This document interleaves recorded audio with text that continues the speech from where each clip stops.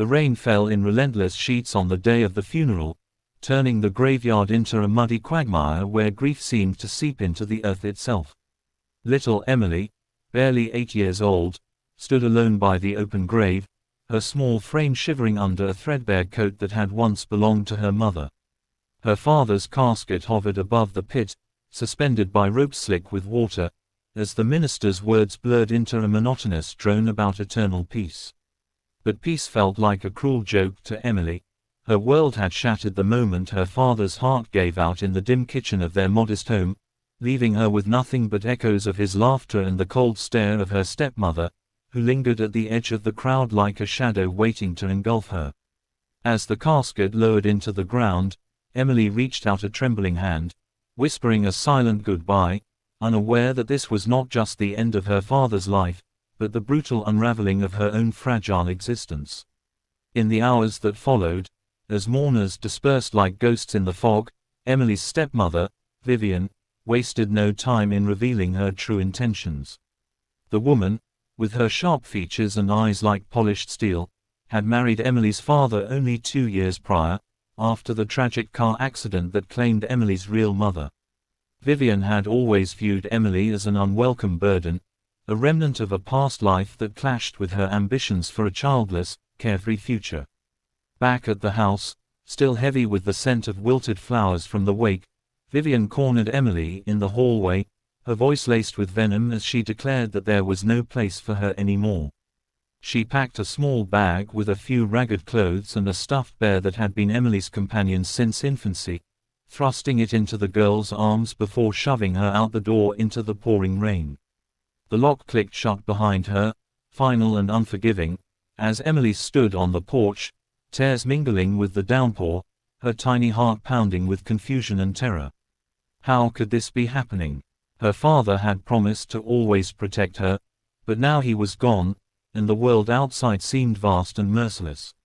If you believe in the power of kindness and second chances, hit that like button right now, drop a comment below sharing your own story of hope or hardship, share this video with a friend who could use a reminder that goodness still exists in the world, and subscribe to Kindness Speaks for more tales that warm the soul and inspire the spirit.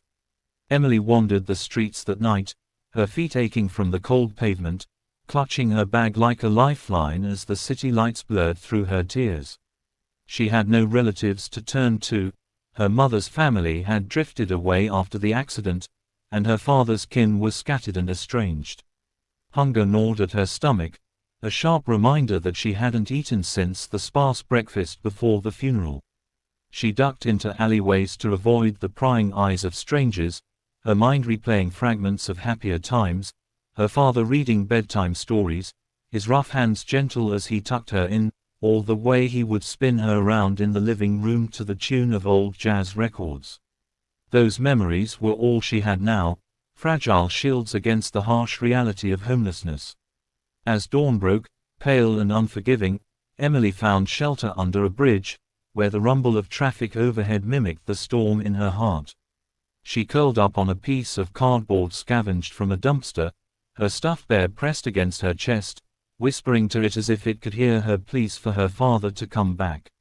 Days blurred into a haze of survival.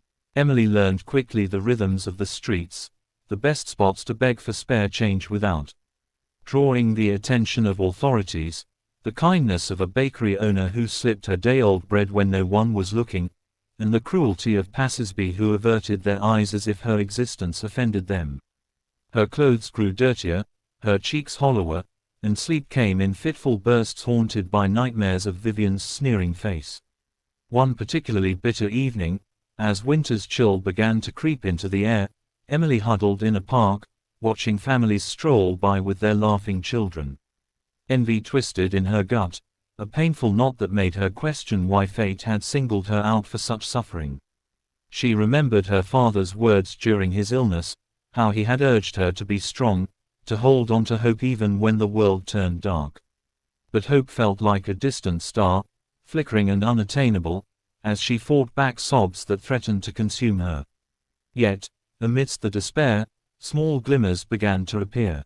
An elderly woman named Mrs.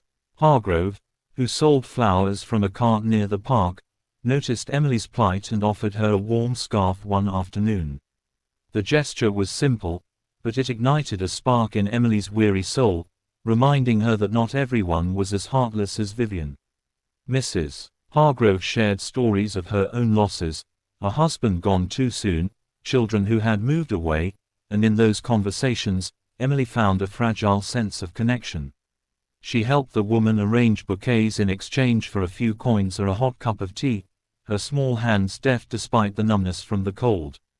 These moments provided brief respites, but the underlying fear remained: what if she couldn't endure much longer? Sickness loomed as a constant threat. A cough had settled in her chest, persistent and worrying, and medical help was a luxury far beyond her reach. As weeks turned into months, Emily's resilience was tested to its limits. She scavenged for food in trash bins, enduring the humiliation and the occasional confrontation with other street dwellers who guarded their territories fiercely. One night, a group of older kids chased her away from a warm grate, laughing at her tears as she fled into the shadows. Bruised and frightened, she collapsed in an abandoned lot, her body racked with sobs. In that moment of utter brokenness, she clutched her father's old pocket watch, the only keepsake she had managed to hide from Vivian, and traced its engraved initials with her finger. It was a relic from his youth, a symbol of the man who had taught her to dream big despite their modest means. "Someday, Emmy," he had said, "the world will surprise you with its goodness." But where was that goodness now? The question echoed in her mind as exhaustion claimed her, pulling her into a restless sleep under the indifferent stars. Change arrived unexpectedly, as it often does in the lives of the overlooked. One crisp morning, while Emily sat on a bench feeding crumbs to pigeons, her way of sharing what little she had, a sleek black car pulled up along the curb. Out stepped a man in a tailored suit, his silver hair catching the sunlight, exuding an aura of quiet authority. He was Alexander Thorne, a self-made millionaire whose empire spanned real estate and philanthropy, though Emily knew none of this. What she noticed first was the kindness in his eyes, a warmth that pierced through her defenses like a ray of sun after a long storm. He approached slowly, as if sensing her wariness, and knelt to her level, his voice gentle as he asked about the pocket watch dangling from her chain. Emily hesitated, her trust eroded by months of hardship, but something in his gaze compelled her to speak. She told him it was her father's, the only thing left of him after everything else was taken away. Mr. Thorne's expression shifted, a flicker of recognition crossing his features as he examined the watch more closely. He revealed, in a voice thick with emotion, that he had given that very watch to his son many years ago, before a bitter family feud drove them apart. Emily's father, it turned out, was his estranged child, lost to pride and misunderstandings that had festered over decades. The millionaire had searched for him in vain, only learning of his passing through a chance obituary notice that led him on a quest to find any remaining family. Tears welled in his eyes as he explained that Emily was his granddaughter, the bridge to a reconciliation that came too late for his son but just in time for her. He had arrived not as a stranger, but as family, ready to offer the home and love she had been denied. The revelation washed over Emily like a tidal wave, mixing disbelief with a budding joy that she scarcely dared to embrace. Mr. Thorne took her hand, leading her to the car where a world of possibilities awaited. He promised to care for her, to provide the education and security her father had always dreamed of, and to honor his memory by ensuring she never faced such darkness again. As they drove away from the park, Emily glanced back at the bench that had been her refuge, a silent farewell to the girl she had been forced to become. In the days that followed, life transformed in ways she could hardly comprehend: a warm bed in a sprawling mansion, meals that filled her belly and nourished her spirit, and tutors who ignited her curiosity. But more than the material comforts, it was the emotional healing that mended her shattered heart. Mr. Thorne shared stories of her father's youth, painting a fuller picture of the man she adored, and together they visited his grave, laying flowers and whispering words of forgiveness. Vivian, upon learning of Emily's newfound fortune through whispered rumors in the town, attempted to slither back into her life, feigning remorse in a bid for a share of the wealth. But Emily, strengthened by her trials and guided by her grandfather's wisdom, confronted her with quiet resolve. She described how Vivian's cruelty had nearly broken her, but ultimately forged a resilience that no amount of money could buy. The stepmother slunk away, defeated not by force, but by the unyielding light of truth and kindness. Emily's story became one of quiet triumph, a testament to the enduring power of hope amid despair. She grew into a young woman who channeled her experiences into helping others, founding programs for orphan children and speaking at events about the importance of compassion in a world too often indifferent. Years later, as Emily stood before a crowd at a charity gala, her grandfather by her side, she reflected on that rainy funeral day. The pain had not vanished entirely, it lingered as a scar, a reminder of vulnerability, but it had been eclipsed by love's redemptive force. She spoke of second chances, of how a single act of reaching out could alter destinies, urging others to look beyond their own comforts to the struggles of those around them. In that moment, surrounded by applause and the warmth of family, Emily felt her father's presence more vividly than ever, a gentle affirmation that goodness, indeed, could surprise even the most wounded soul.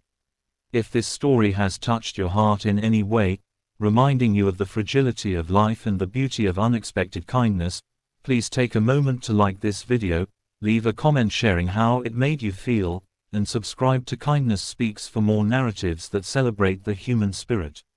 Before we wrap up, I have a special request.